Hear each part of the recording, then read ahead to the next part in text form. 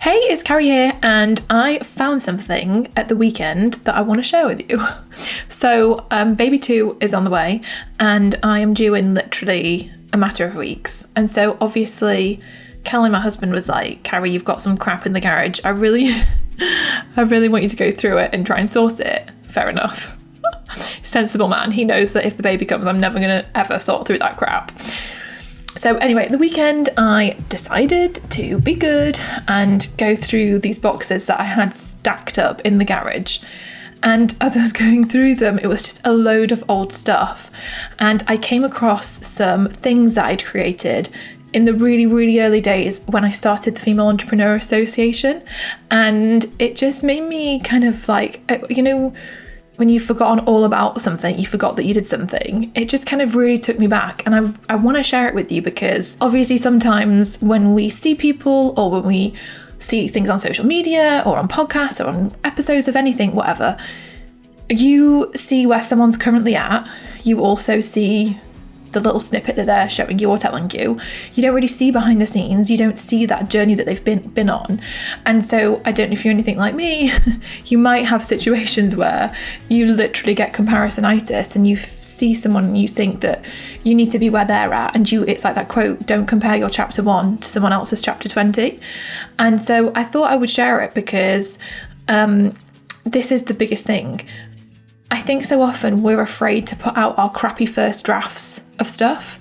We're afraid to put out the first version, the first creation, the first thing we put together when we turn an idea into a reality, because it feels messy, it feels crappy, it feels imperfect. And we have to be okay with our crappy first drafts. Case in point. If you're watching the video version of this, you'll be able to see this.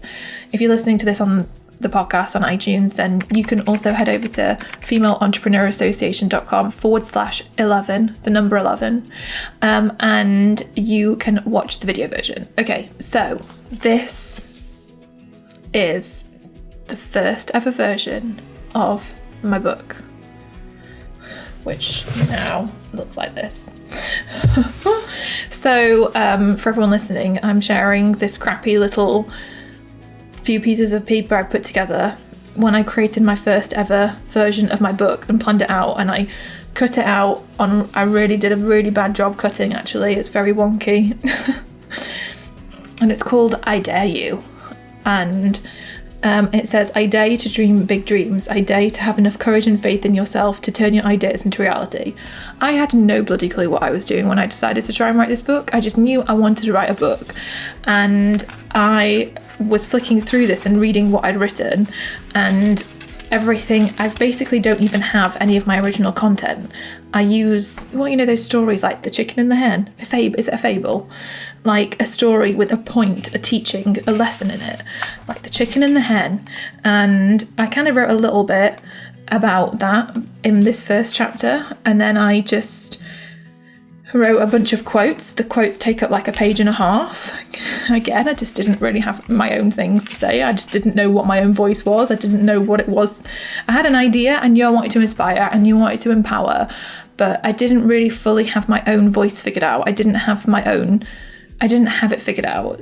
So instead of waiting to try and figure it out, I just created something based on what I found inspiring and stories I found inspiring. And to be honest, these are all stories that a mentor of mine had told me that I just put in here because I thought they were inspiring. So I just shoved them in and added some quotes, and Bob's your uncle, here's my crappy first book. Obviously this never became anything and no one ever saw this, but I gave myself permission to just sit and to create a first version, and knowing that I wanted to write a book, to get the thoughts out of my head down on paper and to start visualizing it and playing around with creating a cover and thinking about what it might look like, and starting to just bring it into reality.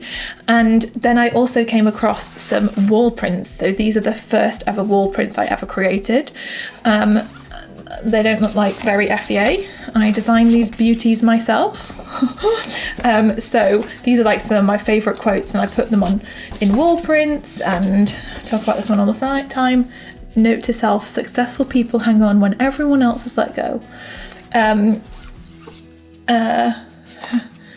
So I made all these little wall prints, dream big dreams, and I never did anything with them. Like, I didn't sell these, I didn't do anything with them. I put them on my wall, and I actually had them in the background of videos that I made, but I never sold them, I never did anything with them. But I got myself to create, to sit down and to create, to take what was in my head, the inspired ideas that I had, and to actually do something with it, to put it into a physical form. And I think that this is such an important step when we want to turn our ideas into a successful reality, when we want to build successful businesses.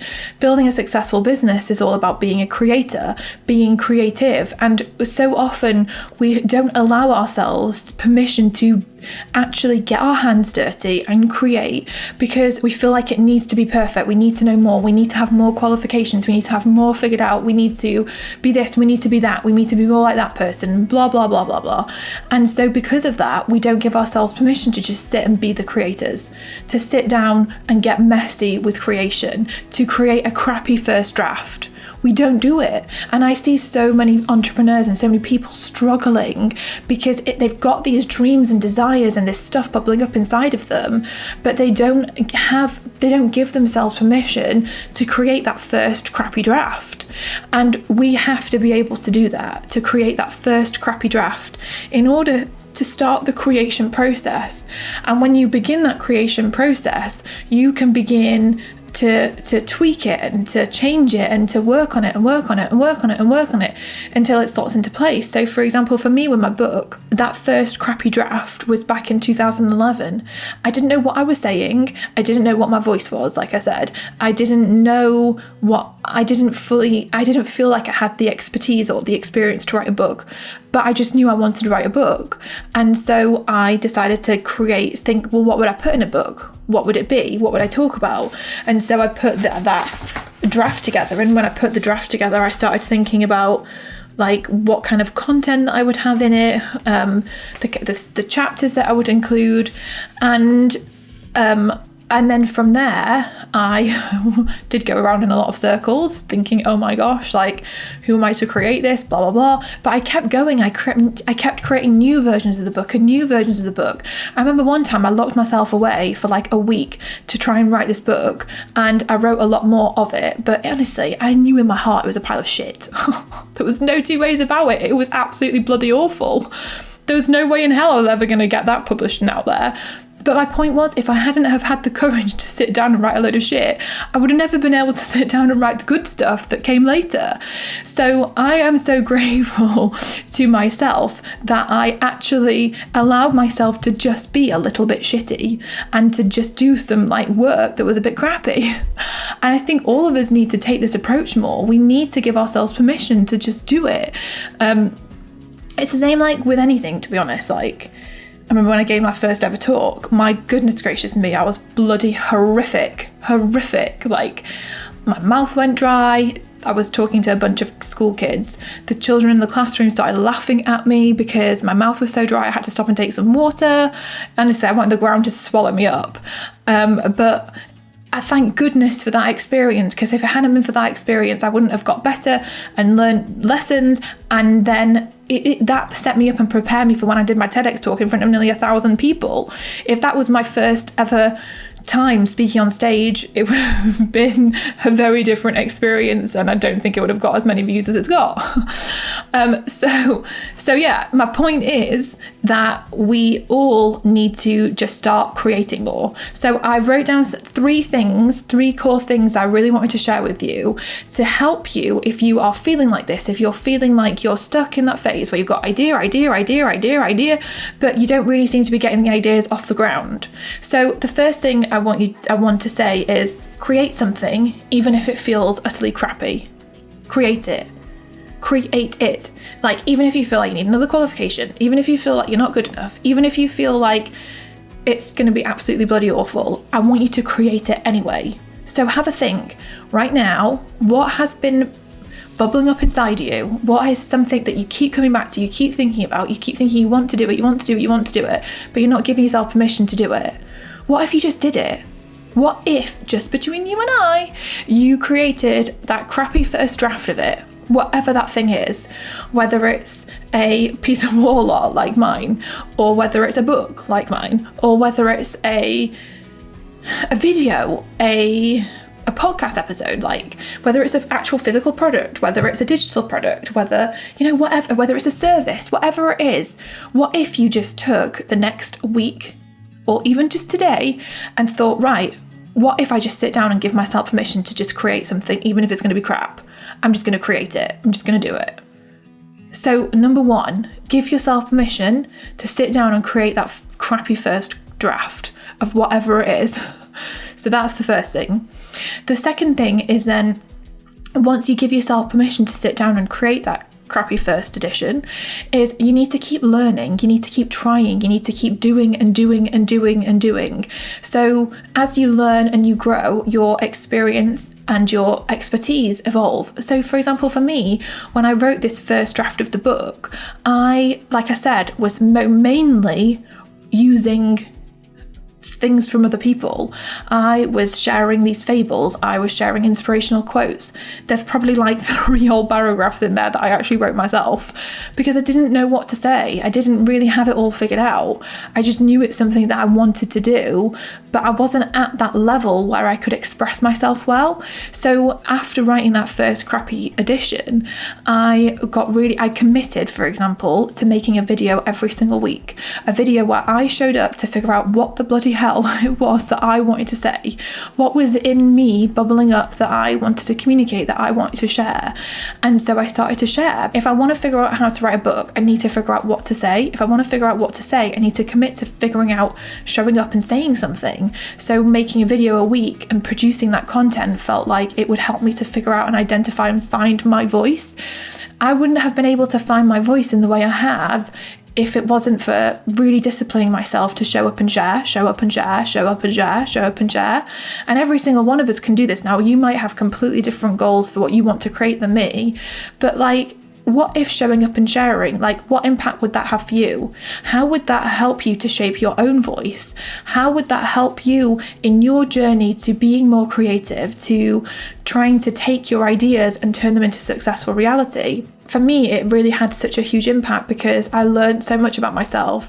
I figured out what I did want to say, what I didn't want to say. I got feedback from people because as I began to create content, I began to build my audience. I began to get people watching what I was creating. I began getting, people started to give me feedback. And then it was really interesting hearing that feedback, and it helped me to figure out what I needed to like hone in on more. And I also figured out what I enjoy saying, what I don't enjoy talking about. So by giving myself permission to learn, how am I going to do this? How can I get better at this? What do I need to do better? What's working? What's not working? It was expanding. My skill set was expanding. My knowledge was expanding. And I was constantly like putting it back into creation mode.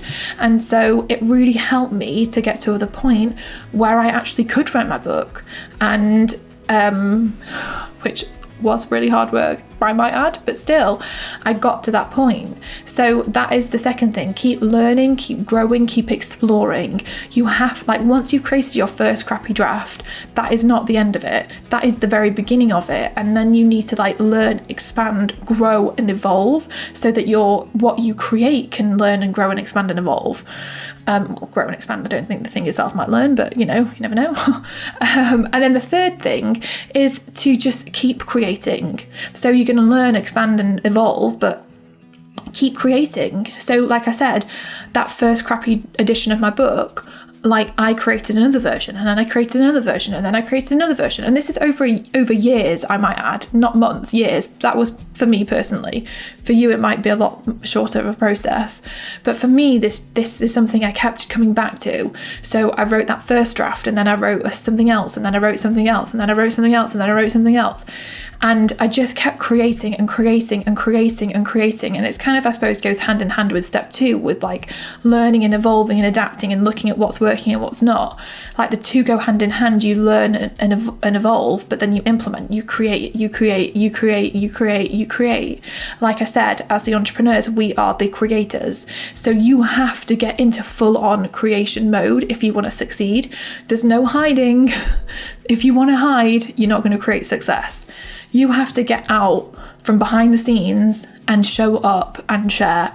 like never before if you want to have a breakthrough and create success. And doing that is bloody scary, but it's like I always say you have to choose your dreams over your fears. This is your life, one life, and you've got so much amazing stuff within you to share. You've got these ideas that are coming to you for a reason, and some of them might be amazing, some of them might be crappy, yeah, fair enough, but we don't get to success without having a few crappy ideas along the way. Like, that's all part of it. It's part of the learning process. But we have to be willing to be a bit crap and to have crappy ideas in order to get to the really good stuff. Like, I know some of my crappiest ideas have been what have triggered some of my best ideas. So, but like I said, so often we don't give ourselves permission. Like, I did this boot camp, Build Your Business boot camp recently, and so many people just were struggling to give themselves permission to create because they felt like they needed qualifications, they needed it to be perfect, they needed to be this, they needed to be that. It's nonsense. We don't. We just need to create. So I wanted to actually read you a little snippet from that book, She Means Business. This is actually the very last chapter in the book, and I wanted to share it with you because I kind of like do a little overview of the journey, just to share with you, like, I suppose from my journey and like what it took for me to go from that like initial crappy stage to actually creating success. So this last chapter is called It All Slots Into Place Eventually, and I put a snippet in from my journal, which was actually something else I did. I kept a journal, and I knew as I was writing the journal that I was going to look back on that and use it in my book one day. I mean, that was so far removed because I had no blooming book deal. No one knew who I was. I had no audience. I hadn't created success at that point with FEA. I had built another successful business, but I hadn't with FEA. It was just a dream I had. And I knew that one day that journal was going to end up in my book, and here it is. So, journal entry, Christmas Day, 2011. I feel like FEA and all of my thoughts over the past few years are finally slotting into place. I'm starting to realise that I have to move forward without fear of something unconventional, but with faith that it will work out for the best. If I give up my dream, I'm giving it up for money, security, and to fit into society. If I persevere and succeed, I can show others what is possible. So that's what I wrote. And then I said, after writing that journal entry, it took me another 4 years to really get things to where I wanted them to be. But that first year for me was the most important. It was the year that I worked on figuring out what on earth I was doing. It was the year I decided to condition myself for success and just go for my dreams. It was the year that forced me to get in tune with myself, trust myself, and trust my ideas. It was the year that helped me to feel like things were finally slotting into place. That year cemented my commitment to building the Female Entrepreneur Association, even though I'd made less than $1,000 from working so hard at it. Some people might have thought that by the end of my first year, FEA was a complete failure because it wasn't generating any revenue. But I'd learned to listen to my instincts, and they were telling me, keep going, you're on the right path. Maybe to the ordinary person, I was barking mad. But that's what we have to be as entrepreneurs. We have to be barking mad about our ideas and our dreams in order to pursue them with zero guarantee that they'll work out. It makes for a fun, exhilarating, and somewhat scary adventure. Year 2 was full of learning, growing, and understanding how to create something of value for my audience. I chose to pursue the magazine idea. I learned all about growing my network, and I networked online and offline like a crazy person, won an award, hit a financial roadblock, and realised how much I needed to adjust my mindset on money. There were so many moments of joy and utter despair in year 2, but I kept on going. Year 3 was all about growing my network and figuring out how to make it financially sustainable. I was determined not to end the year without figuring out how I could make it work. I fought with myself so much and fear got in the way a lot, but I pushed through. Finally, on November 26th, 2013, I launched the Members Club. Year 4 was all about figuring out how to make the Members Club a success. I experimented, explored ideas, and had to work out how to manage it all. I set an ambitious goal to have 1,000 members by the end of the year, and I hit it. I finally figured out how to reach a goal by a deadline. Year 5 was all about scaling my success. I expanded my team, hired a mentor, and changed the way I was running my business. It tripled in size, and I finally reached my goal of hitting over $84,000 in revenue a month. My mind was blown. Year 6 is where I'm at now, which has been all about stepping up even more by writing this book and up-leveling my business by expanding the team even more and growing. It has been an amazing adventure, and I've still got so much more learning, growing, and exploring to do. But the big lesson I've learned is something Mahatma Gandhi said very well. The future depends on what you do today. What are you going to do today to make sure that you move in the direction of your dreams, turn your ideas into reality, and build a wildly successful business?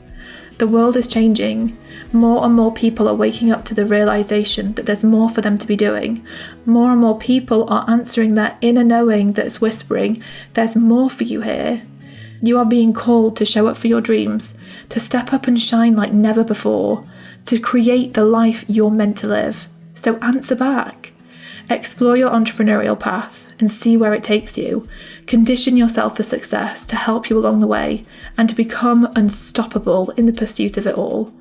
You can make the most magnificent things happen when you allow yourself to just go for it. So say to yourself, I can and I will. Watch me. The end.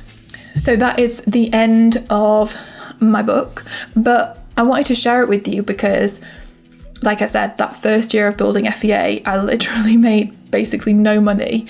And I think so many people give up way too soon because they think that it's not going to work out, that they should be doing better, that it shouldn't be as hard, that their audience should be growing faster, blah, blah, blah. But the truth is, like, I think so often we just constantly hold ourselves back so much that really gets in our way. We think we should be somewhere because other people are somewhere, but we shouldn't. We need to follow our own journey. We need to listen to our own instincts. We need to trust ourselves. If you have an idea that's niggling at you and niggling at you and niggling at you, if your intuition is saying, keep going, keep going, keep going, then you have to listen to that. You have to have the courage to listen. You have to have the courage to get your first crappy drafts out there and your second crappy draft and your third crappy draft, and however many crappy drafts it takes until you have that breakthrough, because you will be able to have that breakthrough 100%. If I can go from crappy first draft to actual book published by Hay House that became an international bestseller, back here when I wrote this first crappy draft, I didn't even know what to say. And then here I wrote a book, an entire book full of my thoughts, full of what I wanted to say, that was everything, about what I believed is bubbling out of that book. But it was a process I had to go through to get to the point of being able to write the book. And that is the same no matter what your idea is, it's the same process. So, long story short, I guess the point that I wanted to share and the reason why I wanted to make this episode was just to say, you have amazing ideas within you. Just create that crappy draft. Create it. Become creative. Become the creator. And just go for it. Go for it, because your dreams are worth it. And that is what living an amazing life is like. It's fulfilling when you decide to go for it. So anyway, I would love to hear about if you've already created your first crappy draft. I would love to hear all about it. If you've not yet, please leave me a comment and let me know and say, yes, Carrie, I'm going to create my first crappy draft. Thank you for the challenge. So definitely leave that comment for me over on the blog. And yeah, I just hope you've enjoyed this. I hope it's inspired you. I hope it helps you to actually get on and be creative and just to go for it. And if you are not on our VIP subscriber list, then make sure you subscribe. You can do so over femaleentrepreneurassociation.com/11. If you are one of our VIP subscribers, you will get access to some of our amazing business freebies.